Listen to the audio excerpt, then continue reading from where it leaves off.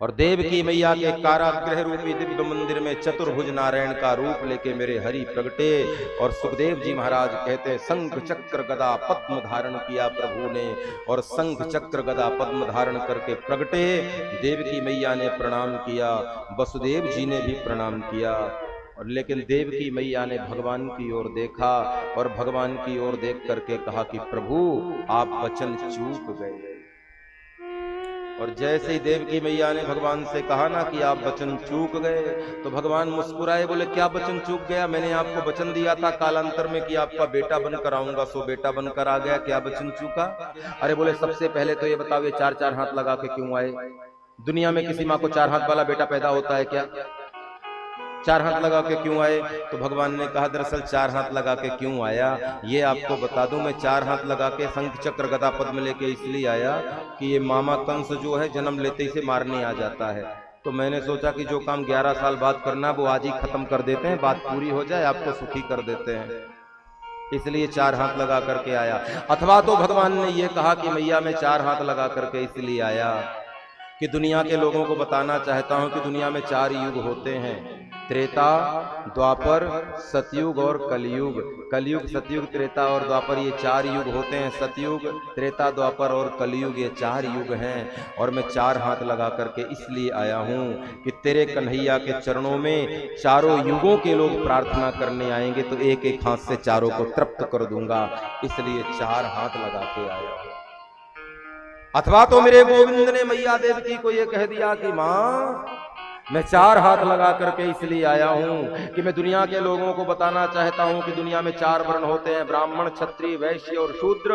और मैं 4 हाथ लगा करके इसलिए आया हूं कि तेरे लाला के सामने चारों वर्ण के लोग एक साथ मांगने आ जाएंगे ना, तो एक एक हाथ से चारों वर्ण के लोगों को दे दूंगा, इसलिए 4 हाथ लगा के आया। अथवा तो मां मैं 4 हाथ लगा करके इसलिए आया कि ये बताना चाहता हूं कि मैया इस दुनिया में 4 ही वस्तुएं लोग मांगते हैं। क्या? कोई धर्म मांगता है, कोई अर्थ मांगता है, कोई काम मांगता है, कोई मोक्ष मांगता है। और मैं 4 हाथ लगा करके इसलिए आया हूं कि मानो जगत के लोगों को मैं बताना चाहता हूं कि धर्म, अर्थ, काम और मोक्ष चारों प्रकार के मांगने वाले एक साथ आ जाएं तो एक एक हाथ से चारों को एक साथ दे दूंगा, ज्यादा प्रतीक्षा न करनी पड़े, इसलिए चतुर्भुज बन करके आया है।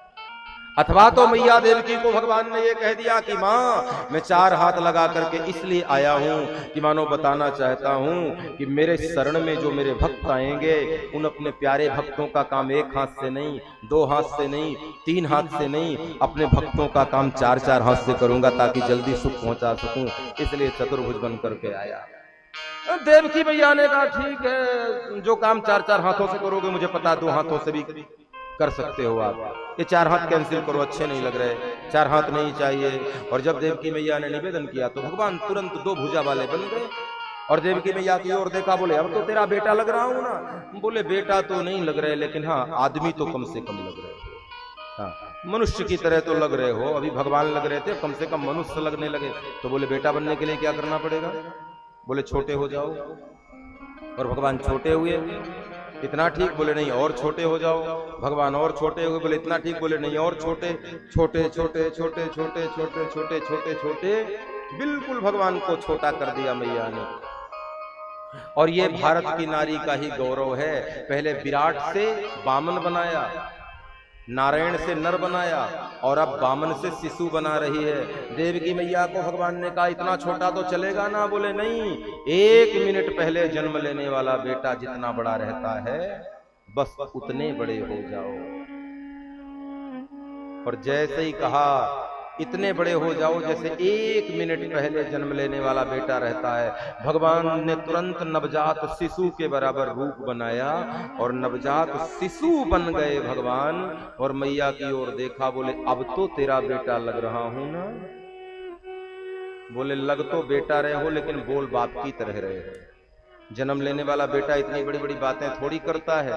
बोले मतलब यदि आप बेटा बनना चाहते हो तो छोटे तो बन गए हो, शिशु तो बन गए हो, अब रोना आरंभ कर दो। क्या भारत की नारी का गौरव रहा होगा प्यारे।